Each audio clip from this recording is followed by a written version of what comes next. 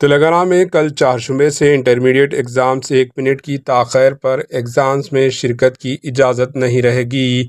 تلنگانہ میں چہارشنبے 28 فروری سے intermediate exams کا آغاز ہو رہا ہے۔ صبح 9 بجے سے دوپہر 12 بجے تک امتحان منعقد ہوگا۔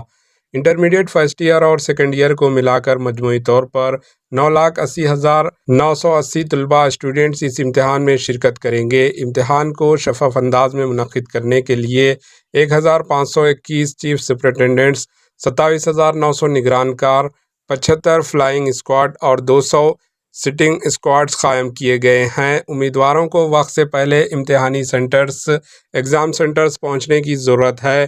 1 منٹ کی تاخیر دیری پر امتحان میں ایگزام میں شرکت کی اجازت نہیں رہے گی۔ ایگزام سینٹرز میں موبائل فون، الیکٹرانک اشیاء یا دوسری کسی چیز کو بھی ساتھ رکھنے کی اجازت نہیں رہے گی۔ ایگزام سینٹرز میں CCTV کیمرے لگائے گئے ہیں اور اسٹوڈنٹس کے لیے پینے کے پانی کی سہولت فراہم کی گئی ہے۔ اس کے علاوہ ہر ایگزام سینٹر میں طبی عملہ کو بھی دستیاب رکھا جائے گا۔ Bureau report, AHN news.